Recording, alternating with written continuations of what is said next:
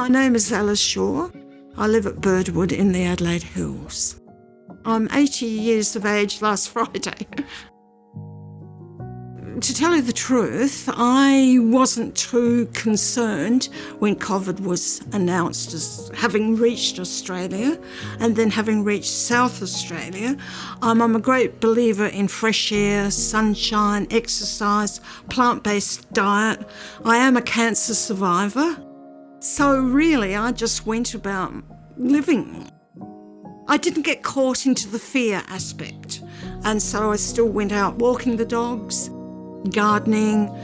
I got a friend to help me make 4 raised vegetable beds.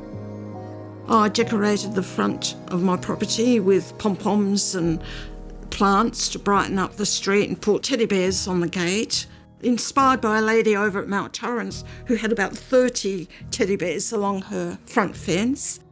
Then I sat down to do a lot of artwork on animals that had survived the bushfires, because when that fire was coming and only 500 metres away from here, it was night, it was midnight, and we had no electricity. And that was frightening, yeah. Ever since I've been about 4 or 5, I've been speaking out for more kindness to animals. I do what I can, supporting a number of rescue groups here in Australia and overseas, and taking in rescue dogs, taking in bantams and hens and pigeons, yeah. Back in March, I received postcards from Koto. I received 2 lots, yes, so I don't know how that happened, but yeah, I thought, oh, this is something interesting, why not? Partly because I like writing, partly because I like drawing, partly because I had time.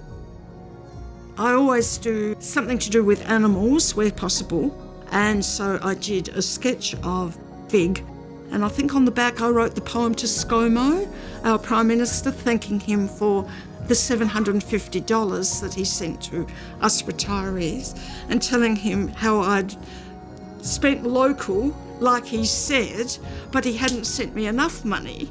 Yeah, it was a bit cheeky. It won't grow in full. Yes, darling, but that all in all, none of us got caught up into the fear of catching COVID. Perhaps it was because of our age, perhaps we're more resilient being country people, I don't know. I suppose it comes down to a positive outlook on life and looking for the small things in life. Life's about being kind and about living from your heart, I think.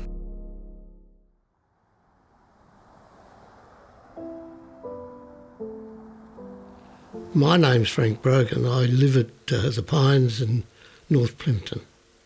Joan and I received a postcard from Kota that sort of came in, and I thought, well, I'll answer this, and I answered it. But I don't remember it.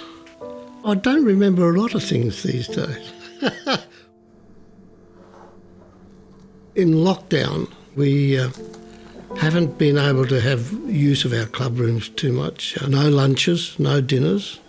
We've been just interacting with next door neighbours and so on. And it didn't see the family as much. It's been different. You tend to think about going to the shops and where do we get our groceries? You know, you can argue more though.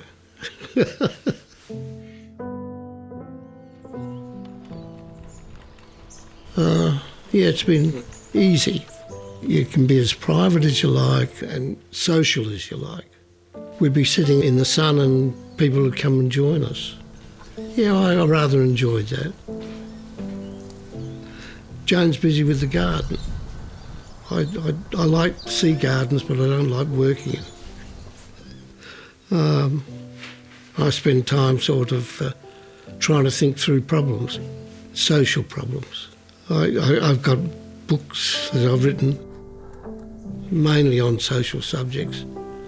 Funny, an engineer sort of going on social subjects, but there it is. We enjoy life in this environment, you know. The happy hour is not as big as it used to be. People are quite, well, they're older, you know, and they don't get out as much as they used to. You know, and it takes me longer to write these days. And you rue that, but put up with it. It's life, you know. Get on with things, yeah. Can you think of anything, Joan? Shh.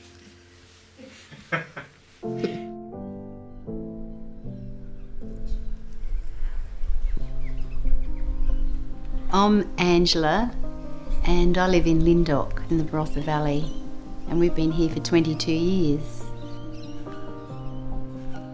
During the lockdown, a lot of the things that we did we weren't able to do in the same way. I belong to a book club, so that stopped. Our church attendance, so a lot of things shut down, and so suddenly we were not being able to go out and do those things. Even shopping became more difficult. Well, I guess there was this great fear because there's this uncertainty, and so basically we made sure we had a routine in our day. Whether that was connecting with a friend by phone, messenger, we did Zoom connections with friends, and that was really good. I started doing the sourdough bread. I became a sock knitting fanatic. I really wanted to do something for my own cousin losing his home in Kangaroo and bushfires. During the lockdown, you couldn't always get what you wanted. I decided to make him a quilt using recycled men's shirts because that didn't mean I had to go out and buy material. I also had some sheeting that I could use, and that was significant because it actually had coats of arms on it, and that was the family symbol. If I can reuse something, reclaim something, I will. It saves money and it's also good for the environment. It was all about doing those creative things, those things that could really help me relax and my husband relax while this was all happening, that you could do things in your own home. Every Tuesday, we'd go down in the shed together. Some of the things that we worked on were toys for our grandson who's in the UK, little animals, cars, and then I started working on carving because I had some carving tools that I hadn't touched that belonged to my parents. So lots of little bits of wood that we could turn into something was a great way to just reconnect together and for me to learn new skills. My parents used to work out in the shed, and so it's sort of in here. This was a good way to really focus on something positive during what I felt was a really negative time and a very fearful time for a lot of people. And all your conversations just seemed to be around this lockdown and this, you know, we had a hot spot here in Lyndoch, so we shut ourselves away even further. These creative activities really were something that sustained us during the time, and we spent a lot of time on it because we felt it was really good for us. Tuesdays was Ian and Angela time together. And then on Thursdays is no Angela in the shed. So we had our time together and our time separate because I think during the lockdown we were very aware we were in each other's face. We didn't want to start annoying each other. The things that we did together needed to be something that we really enjoyed. And I just needed a kickstart to say, yes, I can do this, and finally finding something with wood that I can do that's uniquely what I like to do and that we can do together.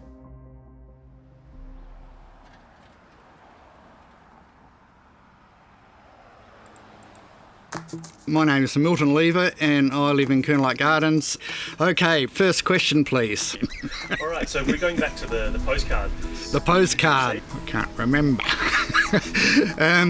I think possibly I replied saying how happy the months were because I'd received all these wonderful jokes and I'd sent them out to friends to redirect their lives to be more positive. A lot of people who were stressed out didn't have a frame of reference or support to go through what was terrifying times. I tied the fact that I'd written a postcard and be recognised for writing the response to 20 years ago when I got recognised for something so significant. I was clearly the winner in a messenger newspaper competition for Adelaide's Worst Gardener. Hi, welcome to my garden. It's a lovely garden. Hey, that's not your garden. Yeah, this fine structure was eaten by termites and the door was too low. I've got no green thumbs at all. I've been to 138 countries. I went from bottom to top of Africa, Sahara Desert in the summer, from England to India and Nepal, had great adventures, but I just look at a map of the world and say, right, I haven't been to this area before, and what's the weather like? I was planning to go to Siberia, Russia I'm interested in, and to Egypt just before the lockdowns. My perception is that Adelaide is incredibly lucky. We're one of the luckiest places in the world. I've certainly learnt over the last 70 years that it's far better for you to go around helping other people, which really doesn't matter whether you're a millionaire or the house you've got, it's irrelevant. If you're down and out, pick another person who's down and out and say, I want to meet you every week. We're going to stick together for a whole year. You're helping someone and they're helping you. That is my recommendation for life. Well, one of about 100 of them, I think.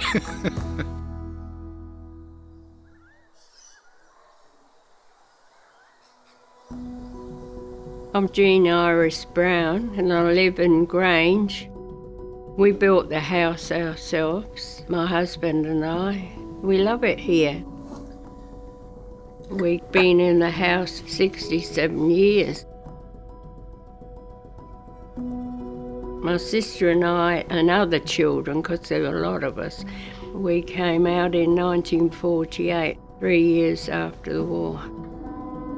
We got off the ship in Western Australia and come across to Adelaide on the train, and you had all the kids running up the corridors because they were bored stiff. It is late afternoon. The searchlights are in position, the guns are ready, and the people of London are preparing for the night. Just before we left, we'd been having bombing and it was that bad. Dad bought a shelter and put in our lounge room. Mum had been bombed out twice, but it's just horrible when you're in a shelter and you can hear these bloody planes coming over and you know it's going to be bad. And the next day you go out and there's another house gone. We just didn't understand it. But I've had a really lovely life. I'm happy. I'm happy with my life from a bad start. Oh dear. One day I said to Colin, I'm going to write a book. The Life and Travels of a 10-pound pom. Of course that was that, yeah. I'd need my glasses to read it. We have been everywhere. I've been everywhere, man. I used to take photos at lovely places for my paintings because we have the Toyota Land Cruiser Club. We've been in members for 41 years. We're still in there, but we haven't been able to have a meeting, you know, because of COVID. We had some trips already organised and we've had to cancel all those. Yeah, hopefully we'll be able to go back there. Can you imagine a couple with children? It would be bedlam with all these restrictions. It would be terrible for them, but it's not terrible for us. We've seen so much worse. Most important thing to me is having my husband and a nice home.